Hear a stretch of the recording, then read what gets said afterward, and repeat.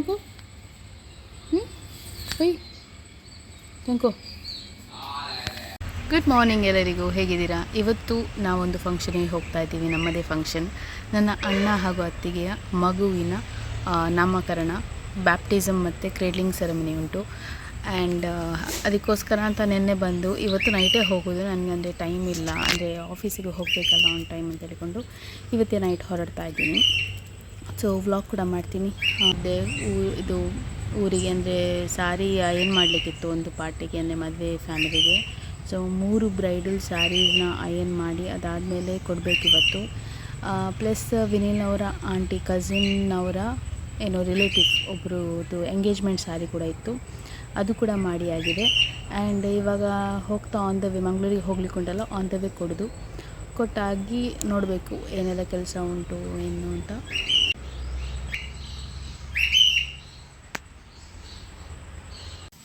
Roxy, good morning Roxy. Good morning, hello, good morning ಕೊನ್ನು.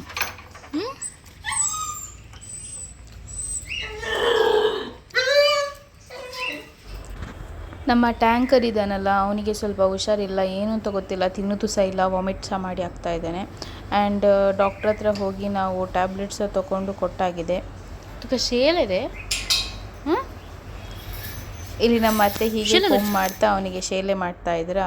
Plus ನಮಗೆ veterinary doctor ಅಂದರೆ ವಿನಿಲ್ನ ಮಾಮ ಅವರೇ ಹೇಳಿದರು, ಇದು 2-3 ಟ್ಯಾಬ್ಲೆಟ್ ಹೇಳಿದರು. ಸೊ ನಿನ್ನೆ ಸಹ ಕೊಟ್ಟಾಯಿತು, ಇವತ್ತು ಸಹ ಇವರಿಬ್ಬರು ಸೇರಿ ಕೊಡ್ತಾ ಇದ್ದಾರೆ.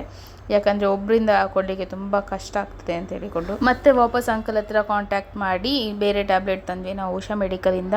ಅದಾದ ನಂತರ ನಾವು ಸೀದಾ ಹೊರಟ್ವಿ. ನಾನು ಹೊರಟು ಜಾಕೆಟ್, ಇವತ್ತು ಬೈಕಲ್ಲಿ ಹೋಗುವ ಪ್ಲ್ಯಾನ್ ಇತ್ತು, ಅದಕ್ಕೋಸ್ಕರ ನಾನು ಮತ್ತು ವಿನಿಲ್ ಅವರು ಫುಲ್ ಜಾಕೆಟ್, ಇಬ್ಬರು ಕೂಡ ಜಾಕೆಟ್, ಹೆಲ್ಮೆಟ್ ಎಲ್ಲ ಹಾಕಿ, ಗಾಗಲ್ಸ್ ಎಲ್ಲ ಹಾಕಿ ಹೊರಟ್ವಿ. ಹೋಗಬೇಕಾದ್ರೆ ಅಷ್ಟೊಂದು ಕಷ್ಟ ಅಂತ ಅನಿಸ್ತಿಲ್ಲ, ವಾಪಸ್ ಬರಬೇಕಾದ್ರೆ ತುಂಬ ಕಷ್ಟ ಅನಿಸ್ತಿತ್ತು.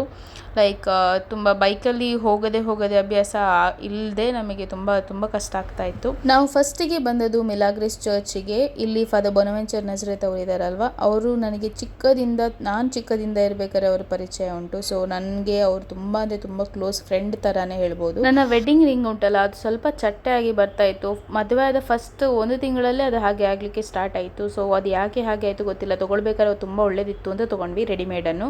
ಸೊ ಅದಕ್ಕೇ 2 ಗ್ರಾಮ್ ವಾಪಸ್ ಬಂಗಾರವನ್ನು ಹಾಕಿ ನಾವು ಬ್ಲೆಸ್ಸಿಂಗ್ಸಿಗೆ ಅಂತ ತೊಗೊಂಡು ಬಂದ್ವಿ.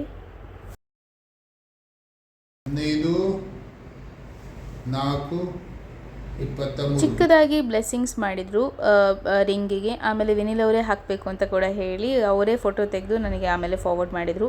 ಇಲ್ಲಿ ಚರ್ಚಲ್ಲಿ ಕೂಡ ಒಂದು ಸ್ವಲ್ಪ ಬರ್ಡ್ಸ್ ಎಲ್ಲ ಇತ್ತು, ಅದನ್ನೆಲ್ಲ ವಿಡಿಯೋ ತೆಗೆದು ನಾನು ನೋಡ್ತಾ ಇದ್ದೆ ಸುಮ್ಮನೆ ಟೈಮ್ ಪಾಸ್ಗೆ ಅಂತ.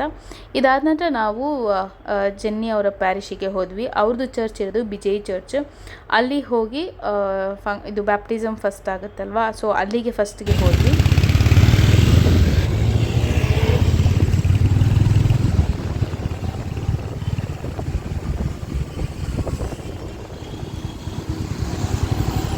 ಫಸ್ಟ್ ಮಗುವಿನ ಕ್ರೇಡ್ಲಿಂಗ್ ಸೆರೆಮನಿ, ಬ್ಯಾಪ್ಟಿಸಮ್ ಎಲ್ಲ ಹುಡುಗಿಯ ಮನೆಯ ಪ್ಯಾರಿಷಲ್ಲಿ ಆಗೋದು. ಸೊ ನಮ್ಮ ಅತ್ತಿಗೆ ಪಿಜೈ ಪ್ಯಾರಿಷ್ನವರು. ಸೊ ಇಲ್ಲಿ ಬ್ಯಾಪ್ಟಿಸಮ್ ಫಸ್ಟ್ 11:15 ಅಂತ ಇತ್ತು. ನಾವು ರೀಚ್ ಆಗಬೇಕಾದ್ರೆ 11:15 ಆಲ್ಮೋಸ್ಟ್ ಆಗಿತ್ತು. ಬಟ್ ನಮಗಿಂತ ಮುಂಚೆನೇ ಬಂದು ತುಂಬ ಜನ ರೆಡಿಯಾಗಿ ಕೂತ್ಕೊಂಡಿದ್ರು ಪ್ಯಾರಿಷಲ್ಲಿ. ಆಮೇಲೆ ನಮ್ಮ ಅಣ್ಣ ಅತ್ತಿಗೆ ಎಲ್ಲ ಬಂದರು.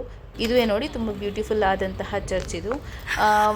ಒಂದ್ಸತಿ ನಾವು ಮುಂಚೆ ಬಂದಿದ್ವಿ, ಅತ್ತಿಗೆ ಅವರ ರೋಸ್ ಫಂಕ್ಷನ್ಗೆ ನಾವು ಬಂದಿದ್ವಿ. ಅದಾದ್ಮೇಲೆ ನೋಡಿ ಓಡಿ ನಮ್ಮ ಆಂಟಿ ಮತ್ತೆ ಜೆನ್ನಿ ಅತ್ತಿಗೆ ಅಣ್ಣ ಎಲ್ಲ ಬರ್ತಾ ಇದ್ದಾರೆ ಮಾತ್ರ.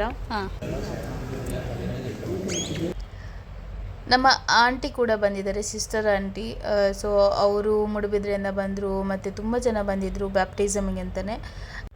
ಮಗುವಿನ ಬ್ಯಾಪ್ಟಿಸಮ್ ಹಾಗೂ ಕ್ರೇಡ್ಲಿಂಗ್ ಸೆರೆಮನಿದು ವಿಡಿಯೋ ನೆಕ್ಸ್ಟ್ ಟೈಮ್ ನಾನು ಹಾಕ್ತೀನಿ. ತುಂಬ ಉದ್ದ ಆಗುತ್ತೆ ಅಂತ ಹೇಳ್ಕೊಂಡು ಸಪ್ರೇಟ್ ವಿಡಿಯೋ ಮಾಡಿ ಹಾಕ್ತೇನೆ. ಸೊ ಇದು ಸ್ವಲ್ಪ ಗ್ಲಿಮ್ಸ್ ನಿಮಗೆ ಹೇಗೆಲ್ಲ ಆಯಿತು ಅಂತ ಹೇಳಿಕೊಂಡು. ಇದೆಲ್ಲ ಫಂಕ್ಷನ್ ಎಲ್ಲ ಆದ ನಂತರ ನಾವು ಪಬ್ಬಾಸಿಗೆ ಹೋಗಬೇಕು ಅಂತಿತ್ತು, ಬಟ್ ಅಲ್ಲಿ ತುಂಬ ಕ್ಯೂ ಇತ್ತು ಅಂತ ಹೇಳಿಕೊಂಡು ಬಿಟ್ಟು ಬಂದ್ವಿ. ಮನೆಗೆ ವಾಪಸ್ ರೀಚ್ ಆಗಬೇಕಾದ್ರೆ 5:30 ಆಗಿತ್ತು. ಆಮೇಲೆ ವಿನಿಲ್ ಅವರು ಕಲೆಕ್ಷನಿಗೆ ಹೋದರು. ಅದರಿಂದ ಅಲ್ಲಿಂದ ನನಗೆ 7:15ಕ್ಕೆ ನನಗೆ ಟ್ರೈನ್ ಇತ್ತು.